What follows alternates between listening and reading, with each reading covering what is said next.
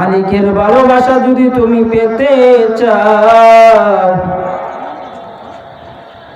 ফাত্তাবিউনি ইউহিব্বুকুমুল্লাহ।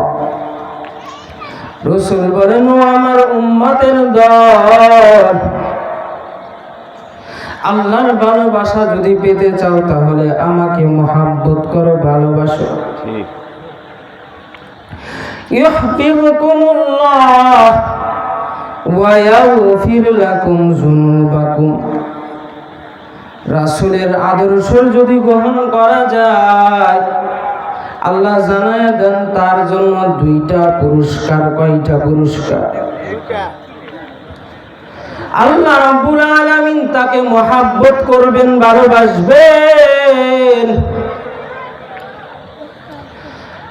দুই নাম্বার উপহার, আল্লাহ রাব্বুল আলামিন তার জিন্দেগীর সব গুনাহগুলো ক্ষমা কইরা দিবেন। আওয়াজ দিয়ে বলেন না সুবহানাল্লাহ।